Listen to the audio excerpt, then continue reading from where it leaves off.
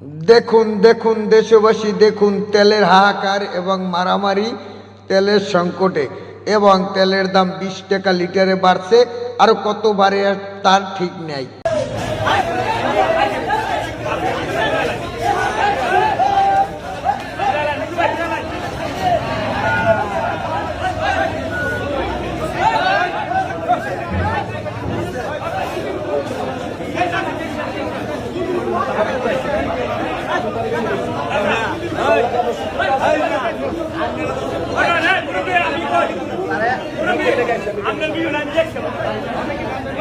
নাই এই বিএনপিকে এমন শিক্ষা দিব আমরা, বাংলার ইতিহাসে আমরা লেখা থাকবে আন্দোলন করে আপনাকে প্রধানমন্ত্রী বানায় নাই, আপনার দলের নেতা কর্মীরা আপনার মাকে মুক্ত করতে পারে নাই, রাশেদ প্রধান আমাদের মতো লোকেরা বিএনপিকে মুক্ত করে আজকে ক্ষমতায় বসাচ্ছে।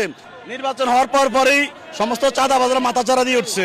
আপনি দেখবেন প্রত্যেক হাট বাজারে সব জায়গায় জায়গায় এই চাঁদাবাজারে চাঁদা পরিমাণ বাড়াই দেওয়ার কারণে সমস্ত জিনিস এখন লাগামহীন, সব কিছু দাম বাড়ছে।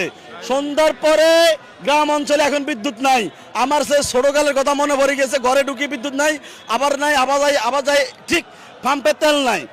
এই সারা দেশে যে জ্বালানি সংকট সৃষ্টি করে বিএনপি দ্রব্য মূল্যের দাম বাড়াইতেছে, মানে এরা তো দীর্ঘদিন আসলে খায় নাই, বিগত 16-17 বছর তারা চুরি করতে পারে নাই, এখন আইছে এরা লুটপাটের জন্য সব জায়গায় সিন্ডিকেট বসাইয়া দ্রব্য মূল্য সব কিছু দাম।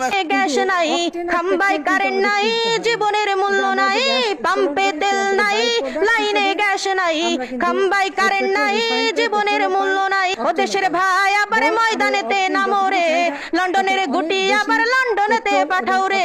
ও দেশের ভাই চলো ময়দানেতে নামি রে, লন্ডনের গুটি আবার লন্ডনেতে পাঠাই রে। পাম্পে তেল নাই, লাইনে গ্যাস নাই, খাম্বাই কারেন্ট নাই।